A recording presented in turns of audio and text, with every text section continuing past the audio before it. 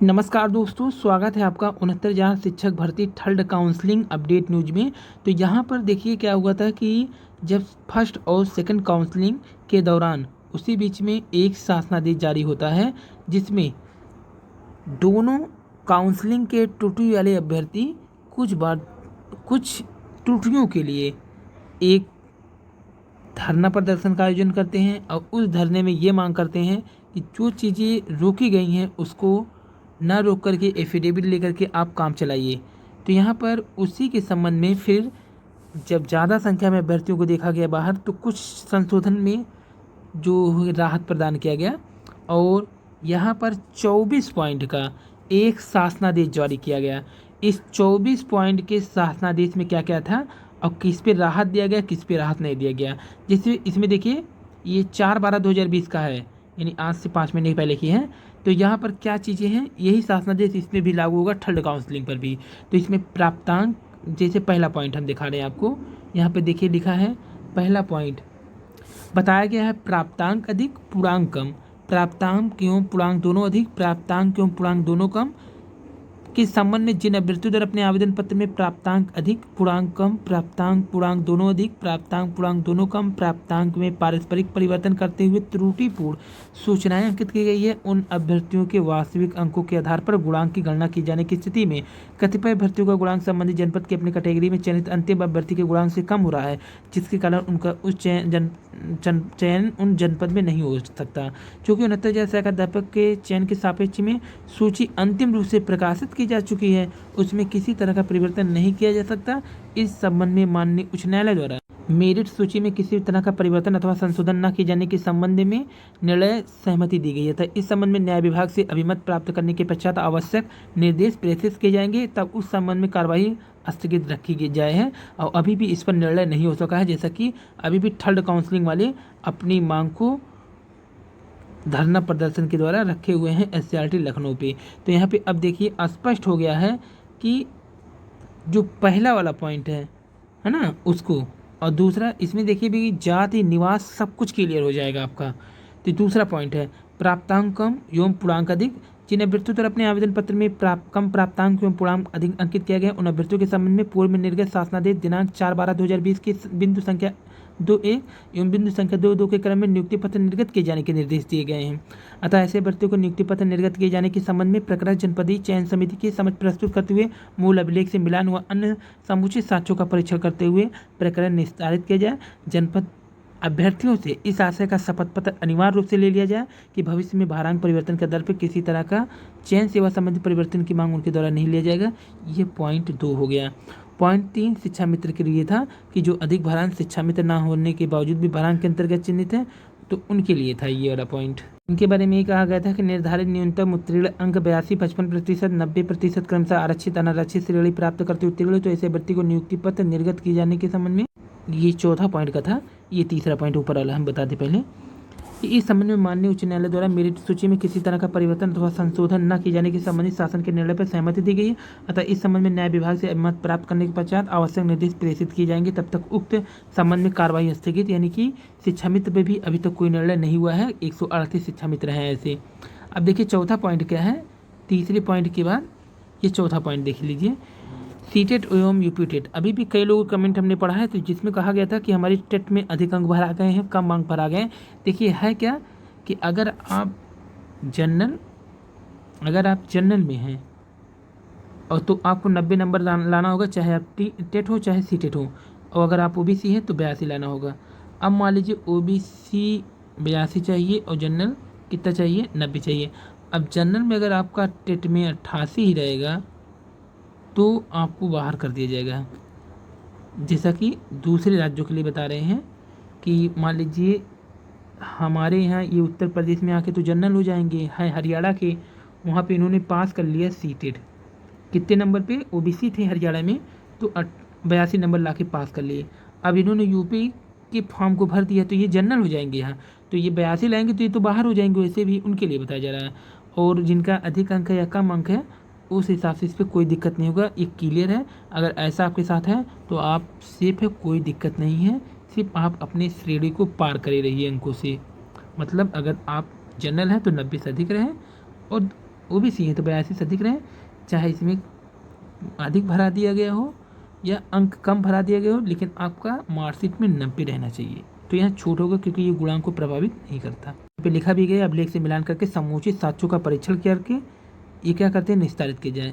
तो यहाँ दिक्कत नहीं है। 5वां है देखिए, जिन अभ्यर्थियों द्वारा आवेदन पत्र में स्वयं अपने माता पिता, यहाँ सबसे बड़ी पॉइंट है, सबसे बड़ी पॉइंट है जो सबसे अधिक गलतियाँ की हैं इसी में, जिन अभ्यर्थियों की स्वयं अपने माता पिता के नाम में वर्तनी त्रुटियां एवं माता पिता के नाम के कॉलम में पारस्परिक परिवर्तन अंकित किया गया है, इस संबंध में शासनादेश 4/12/2020 के अनुसार इसमें छूट दे दी गई है। नियुक्ति पत्र निर्गत किए जाने के संबंध में जनपदीय चयन समिति की समझ प्रस्तुत करती है, मूल अभिलेखों से मिलान करते हुए अन्य समुचित साक्ष्यों का परीक्षण करते हुए प्रकरण निस्तारित किया जाए। तो देखिए यहाँ पर आपको आदेश कर दिया गया है, अगर आप में ऐसा है तो यही बता दिए हैं, एफिडेविट बनवा लीजिए।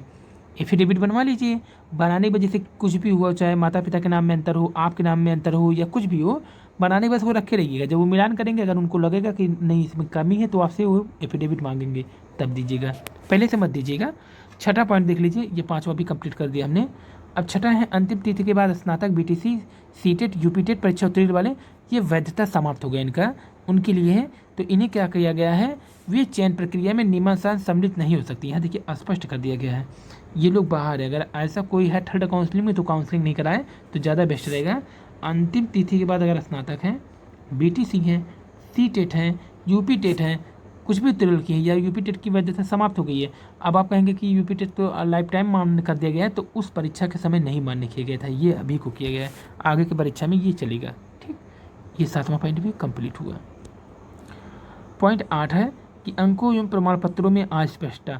अब देखिए क्या है कि जिन आवेदन पत्रों में अंकित प्राप्तांक अस्पष्ट नहीं है, अभ्यर्थियों द्वारा CGPA के आधार पर प्राप्तांक की स्वयं गणना कर ली गई है जो स्पष्ट नहीं है, अथवा ऐसे संस्थान से परीक्षा उत्तीर्ण की गई है जिनकी मान्यता है कि स्थिति अस्पष्ट नहीं, संबंध में शासनादेश जो जारी किया गया है कि प्रतिबंध के साथ दिए जाते हैं, ऐसे प्रकार परीक्षा संस्था से प्राप्तांक का सत्यापन करा ले।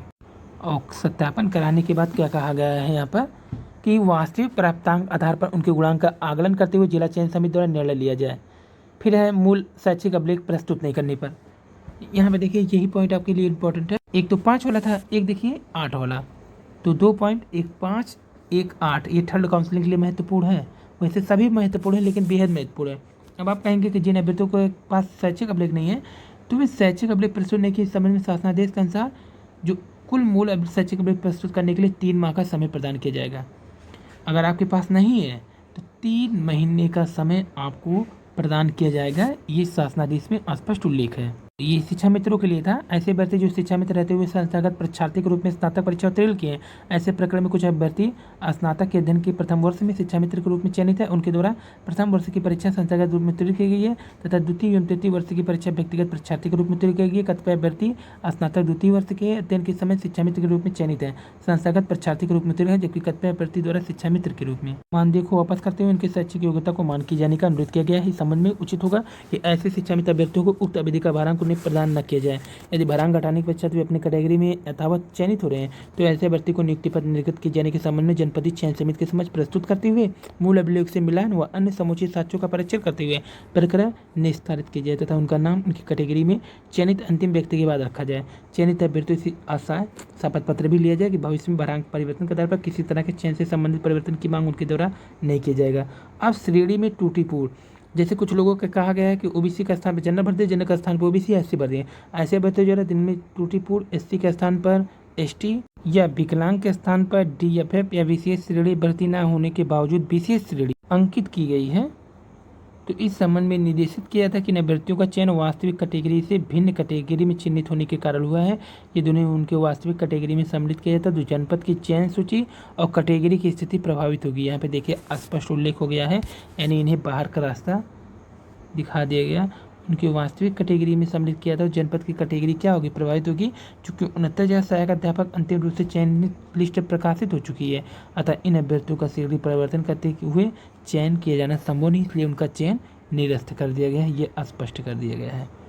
तो अगर श्रेणी आपका कोई गलत भरा गया है तो आपको चयन निरस्त होना तय है, ये यहाँ पर शासनादेश में बता दिया गया है, देख लीजिए शासनादेश में।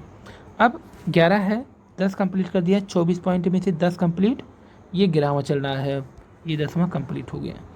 अन्य जनपद में सहायक अध्यापक जो कार्यरत हैं उन्हें एक ही देखिए सहायक पद पर चयनित होकर के कार्य कर रहे हैं। जैसे 68,500 वाले लगभग हज़ारों लोग डाल दिए थे नज़दीक जिला के लिए, लेकिन इसमें रिट भी पड़ी थी, लेकिन कोई राहत नहीं मिला, इन्हें बाहर कर दिया गया। अन्य जनपद में सहायक अध्यापक कार्यरत नहीं थे और फिर इसमें भी आके डाल दिए 69,000 में। तो हुआ क्या कि कोड के अनुसार आप तो सेम पद के लिए ही आवेदन नहीं कर सकते हैं।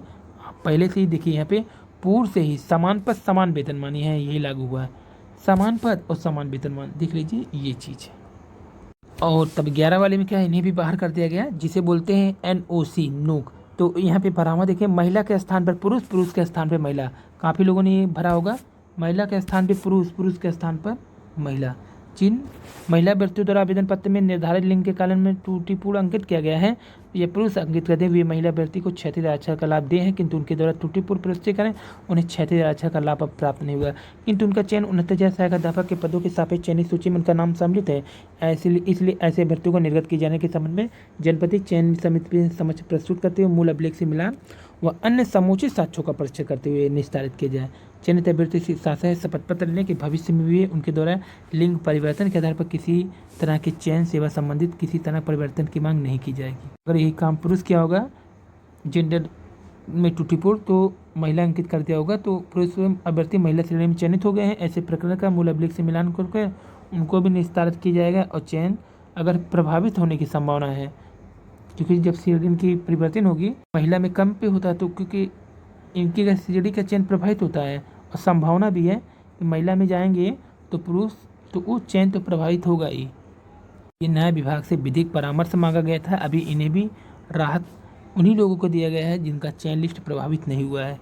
जाति एवं निवास प्रमाण पत्र, ये सबसे मुख्य पॉइंट है 13 वाला, जो सबसे ज़्यादा विवाद हो गया था थर्ड काउंसलिंग में, सॉरी फर्स्ट और सेकंड काउंसलिंग के दौरान।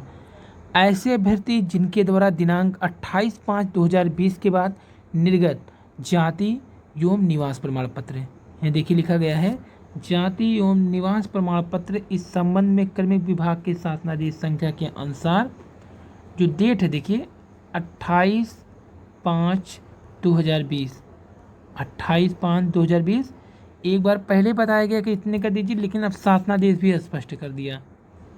अभी ये भी पता चलेगा कि नहीं है तो क्या होगा, जिससे यह स्पष्ट हो गया कि तत्समय तहसीलों में जाति प्रमाण पत्र, निवास प्रमाण पत्र बनाए जाने के अत्यधिक दबाव को कम करने के उद्देश्य से उक्त शासनादेश द्वारा विभिन्न परीक्षाओं हेतु निर्धारित अंतिम तिथियों तक निर्गत जाति प्रमाण पत्र, निवास प्रमाण पत्र को मान किए जाने का निर्देश दिया गया था।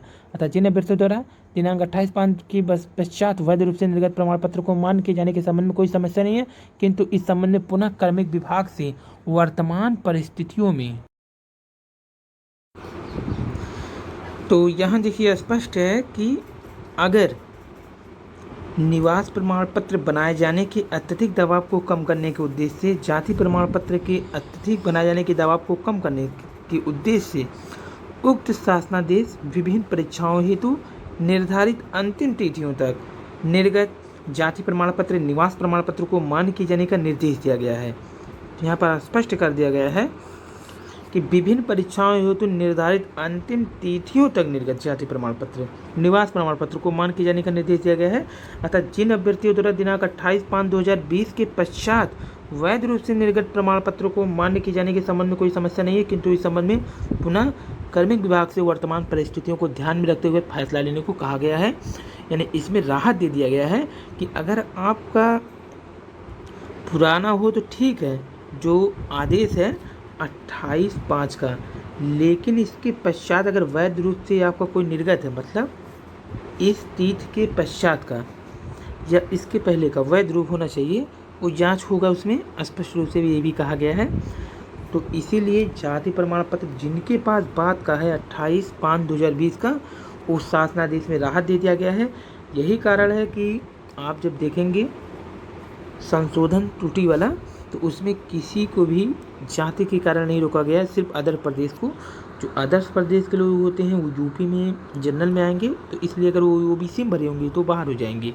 इसके अलावा उन्हीं को जाति के मैटर पे बाहर किया गया है जो इनवैलिड थे। 14, 15, 16 ये 3 शासनादेश को जारी नहीं किया गया था 14, 15, 16 को ये बोर्ड द्वारा यानी विभाग द्वारा, इसलिए इसके बाद सीधे 17 नंबर आ जाता है। जम्मू कश्मीर से डिग्री, ऐसे अभ्यर्थी जिन्होंने शैक्षिक प्रशिक्षण योग्यता जम्मू कश्मीर राज्य से की है संबंध में निर्देशित किया था कि अभ्यर्थी द्वारा भारत सरकार, जम्मू कश्मीर सरकार द्वारा स्थापित या मान्यता प्राप्त विश्वविद्यालय, जो भी विश्वविद्यालय अनुदान यूजीसी से मान्यता प्राप्त शैक्षिक योग्यता प्राप्त की तो इसका सम्यक रूप से परीक्षा स्थापन करते हुए जनपति समिति के समक्ष मूल अभिलेख का मिलान कर अन्य समुचित साक्ष्यों का परिशोधन करते हुए निस्तारित किया जाए। और जन्म तिथि में अगर देखिए कई लोगों का जन्म तिथि में भिन्नता, वो भी बता दें क्या कहा जा रहा है यहाँ पे कि ऐसे अभ्यर्थी जिनकी जन्म तिथि में अंतर है इस संबंध में निर्देशित किया जाता है कि शासनादेश संख्या 4/12/2020 की बिंदु संख्या 16 में दिए गए निर्देशों को अनुशीलन करते हुए जनपति चयन समिति के समक्ष प्रस्तुत करते हुए मूल अभिलेखों से मिलान एवं अन्य समुचित साक्ष्यों का परीक्षण करते हुए प्रकरण निस्तारित किया जाए, यानी जो जन्म तिथि वाला भी है। इसके अलावा स्नातक एवं प्रशिक्षण डिग्री का एकीकृत, ऐसे अभ्यर्थी जिनके स्नातक व प्रशिक्षण की डिग्री एकीकृत रूप में प्राप्त की गई जिसके कारण उनका स्नातक व प्रशिक्षण भरांक की गणना की जाने में कठिनाई हो रही है, इस संबंध में जैसे कई लोग क्या होता है उनका स्नातक और प्रशिक्षण की डिग्री एकीकृत रूप से ही प्राप्त कर लिया गया है, तो इनकी अर्हताओं को क्या करना है, कॉलम में एकीकृत परीक्षा के आधार पर प्राप्त अंकों की प्रविष्टि की जाए एवं उनका 10% गुणांक में आगणित किया जाए तथा जनपति चयन समिति द्वारा समुचित साक्ष्यों का परीक्षण करते हुए इन प्रकरण का निस्तारण किया जाए। और शिक्षा मित्र होते हैं जिन्हें भरांक नहीं मिला, ऐसे अभ्यर्थी जो शिक्षा मित्र है किंतु उन्हें शिक्षा मित्र के रूप में प्राप्त होने वाला भरांक नहीं मिला जिसके कारण उनका उन्नत सहायक अध्यापक में चयन नहीं हो सका, इस संबंध में निर्देशित किया जा सका। उन्नत सहायक अध्यापक के चयन की सापेक्ष सूची अंतिम रूप से प्रकाशित की जा चुकी है, उसे किसी तरह का परिवर्तन नहीं किया जा सकता है। ऐसी स्थिति में उनका चयन किया जाता है तो उक्त सूची परिवर्तित होगी, अतः ऐसे प्रकरण निरस्त माने जाएंगे, यानी जिन्हें भरांक नहीं मिला उन्हें निरस्त कर दिया गया जबकि वे भरांक के योग्य थी।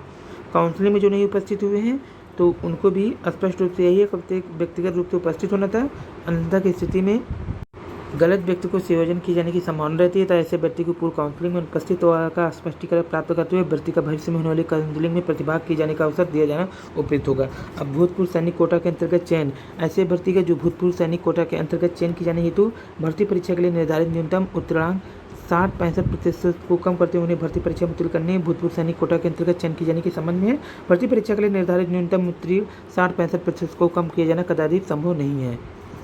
इसके बाद क्या कहा गया यहाँ पे कि भर्ती परीक्षा के लिए निर्धारित न्यूनतम उत्तीर्णांक 60-65% को कम किया जाना कदाचित संभव नहीं है। लोगों ने कम करने के लिए कहा था, इसलिए उनके प्रत्यावेदन स्वीकार किए जाने योग्य नहीं है, जनपति चयन समिति द्वारा समुचित साक्ष्यों का परीक्षण करते हुए प्रकरणों को निस्तारित किया जाए। फिर प्रशिक्षण योग्यता इंटरमीडिएट के बाद जो किए थे तो इसका भी कोर्ट ने बाद में कहा था कि इन्हें भी नियुक्ति दिया जाए, जो प्रशिक्षण बाद में किए थे इंटरमीडिएट की उनके लिए यहाँ पर स्पष्ट रूप से उनको निस्तार करने के लिए कहा गया। बाद में कुछ ने कोर्ट में शरण ली, उन्हें राहत मिला। अब देखिए मूल चयन सूची में सम्मिलित नहीं है ऐसे अभ्यर्थी जिनका नाम अंतिम रूप से चयनित 67,867 अभ्यर्थियों की चयन सूची में सम्मिलित नहीं है किंतु उनके द्वारा चयन सूची में सम्मिलित किए जाने की मांग की जा रही है। चयन सूची अंतिम रूप से प्रकाशित करते हुए चयनित अभ्यर्थियों को नियुक्ति पत्र निर्गत किया जा चुका था। चयन सूची में सम्मिलित किए जाने का कोई औचित्य नहीं है, तो उपयुक्त दिशा निर्देश के अनुसार अग्रतर कराई करने का कष्ट करें।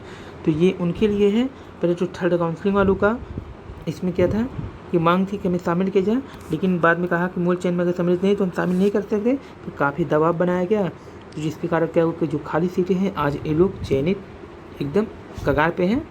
उम्मीद है कल इसका जियो भी आ जाएगा, उम्मीद है कि पूरा विश्वास है क्योंकि 26 का ही डेट दिया गया है, आज या कल में आ ही जा सकता है जियो। इसके अलावा ये इसलिए भी लिखा गया है कि 22,000 सीट को भी अब लेकर के चला जा रहा है, तो देखिए क्या होता है। फिलहाल 22,000 सीट भी उसे जोड़ देना चाहिए क्योंकि काफ़ी योग्य अभ्यर्थी हैं, 105 नंबर लेकर बाहर है, वो 3 नंबर अगर एक्स्ट्रा ना दिया गया होता तो शायद वो लोग भी चयनित होते हैं। खैर जो भी हो, जैसा ही होगा निर्णय लिया जाएगा। ये विजय किरण आनंद सर के महानिदेशक स्कूली शिक्षा की ओर से जारी किया गया 24 पॉइंट का शासनादेश था।